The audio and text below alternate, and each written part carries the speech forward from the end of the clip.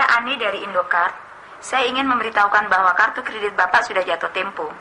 Sudah 3 bulan Bapak menunggak membayar minimal charge. Karena kami harus menarik kembali mobil Bapak. Menurut perhitungan kami, uang cicilan Bapak sudah tidak bisa menutupi cicilan yang sudah 5 bulan Bapak tidak bayarkan pada kami. Saya mewakili kawan-kawan semua mau minta kebijaksanaan masalah uang pesangon, Pak Malik. Harta Bapak yang kamu ambil sudah banyak. Sudah melebihi hak waris kamu. Bapak tidak mau Farid dan Ani nggak kebagian apa-apa. Kalau kamu nggak becus dagang, ya nggak usah dagang. Pak, kalau nanti saya dapat rezeki, pasti saya kembalikan, Pak. Uang yang Bapak beri sama saya, semuanya bukan untuk foya-foya buat dagang, Pak. Tapi sekarang saya sedang sial, Pak. Ya sudah. Kalau bisa kembali, alhamdulillah. Kalau enggak, ya hitung-hitung uang hilang. Kalau begini terus-terusan, Ismi nggak tahan, Mas. Dalam sehari 2 debt collector mendatangi Ismi, membentak-bentak dan meneror Ismi. Ismi nggak bisa lagi menemani Mas. Ismi mau pulang aja ke rumah Bapak. Ismi mau minta cerai, Mas. Apa kamu tega meninggalkan saya dalam keadaan seperti sekarang? Percuma aku meneruskan hidup ini. Semua orang melecehkanku.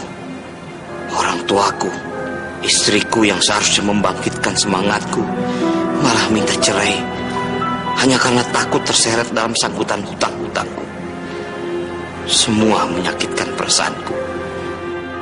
Kalau hidup sudah tidak punya arti, buat apa aku hidup? Akhiri saja, dan segalanya akan selesai. Tuhan melarang, tapi tidak memberikan jalan. Tuhan tidak berpihak kepadaku, tidak memberikan solusi untuk menyelesaikan segala problematiku. Buat apa hidup diteruskan kalau hanya untuk menyenangkan tetanggaku yang menguncikan aku? Kedatangan Malik ke sini bukan meminta uang agar Bapak dan Ibu bisa melunasi hutang-hutang Malik, tidak. Kedatangan Malik sini ingin minta maaf. Paling tidak kalau terjadi apa-apa, Malik sudah sempat minta maaf sama Bapak dan Ibu. Itu saja. Kalau Bapak dan Ibu berkenan, tolong doakan Malik agar terbebas dari lilitan hutang ini, Ibu. Pasti Ibu doakan.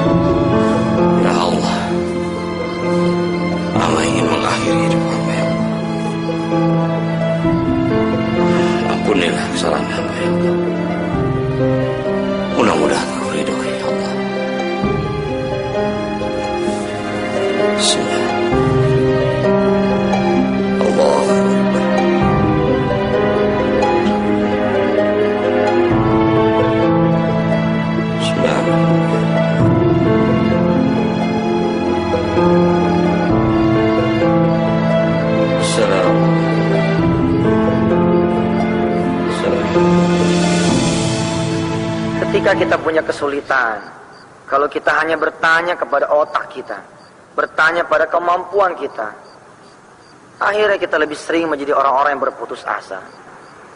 Cobalah kita kembali kepada Allah. Kita libatkan Allah dengan kekuatan doa, kekuatan ibadah, sholat diantaranya, bersedekah diantaranya, dan melakukan pertaubatan. Insya Allah seluruh masalah kita akan menjadi mudah. Karena kalau Allah sudah bilang mudah, memang itulah yang terjadi, kemudahan bagi kita. Wa iyyamsaskallahu bidurrin فلا كاشف له إلا هو وإن يمسسك بخير فهو على كل شيء قدير. Jika Allah sudah berkenan menimpakan kemudaratan kepada kita, maka tidak ada satupun yang bisa melepaskan kemudaratan itu kecuali Allah. Tapi sebaliknya, jika Allah sudah menghendaki kebaikan, maka tidak ada satupun di antara kita yang meragukannya. Fahuwa ala kulli syai'in qadir. Karena Allah Maha Kuasa atas segala sesuatu. Maka mulai saat ini, nomor satu yang harus kita cari ketika kita bermasalah, ketika kita punya keinginan, termasuk dililit hutang, kita cari Allah dulu. Karena pertolongan hanya milik Allah. Qul lillahi syafa'atu jami'an. Katakan, pertolongan itu hanya milik Allah. Saya ingin melibatkan Allah, cuman bagaimana caranya, Ustaz? Ente sholatnya bagaimana selama ini?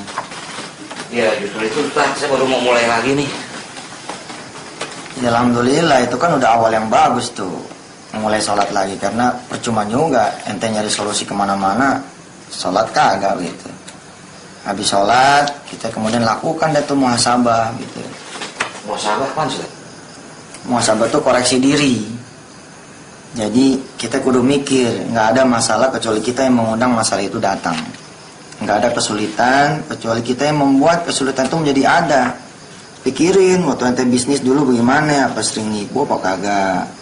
Terus waktu ente dulu usaha, ada yang dirugiin apa kagak.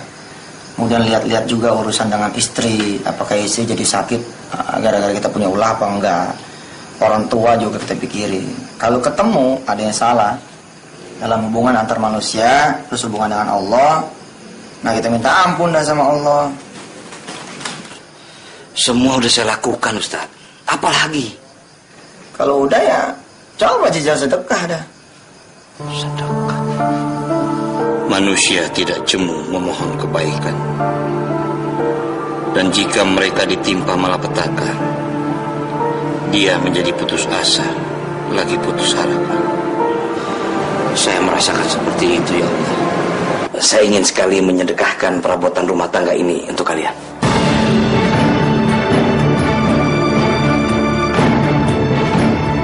Janganlah kamu berputus asa dari rahmat Allah. Sesungguhnya tiada berputus asa dari rahmat Allah, melainkan kaum yang kafir. Malik, dari dulu ku selalu bikin kejutan. Apa kabar? Baik, Malik. Ayo masuk. Ya. Ayo masuk. Ayo. Kebetulan perusahaanku dipilih untuk menjadi developer di daerah. Ya, putra daerah lah ceritanya. Aku harus membangun sebuah kota satelit. Sampai saat ini gak ada orang untuk map dan sebagainya. Andalanku cuman kamu. Bagaimana? Ya, sebenarnya aku udah males, Han. Tapi kalau kamu punya uang untuk menutupi kepentinganku di sini, ya mungkin aku mau. Dan ini ceknya kamu terima.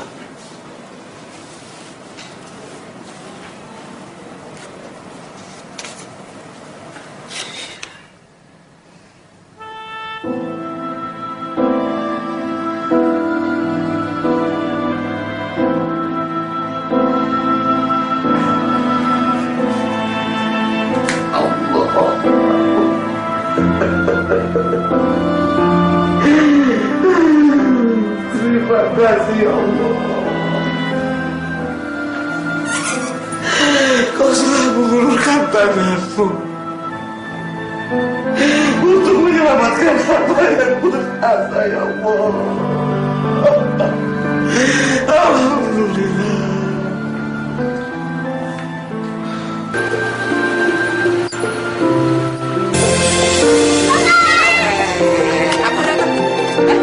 Apa datang?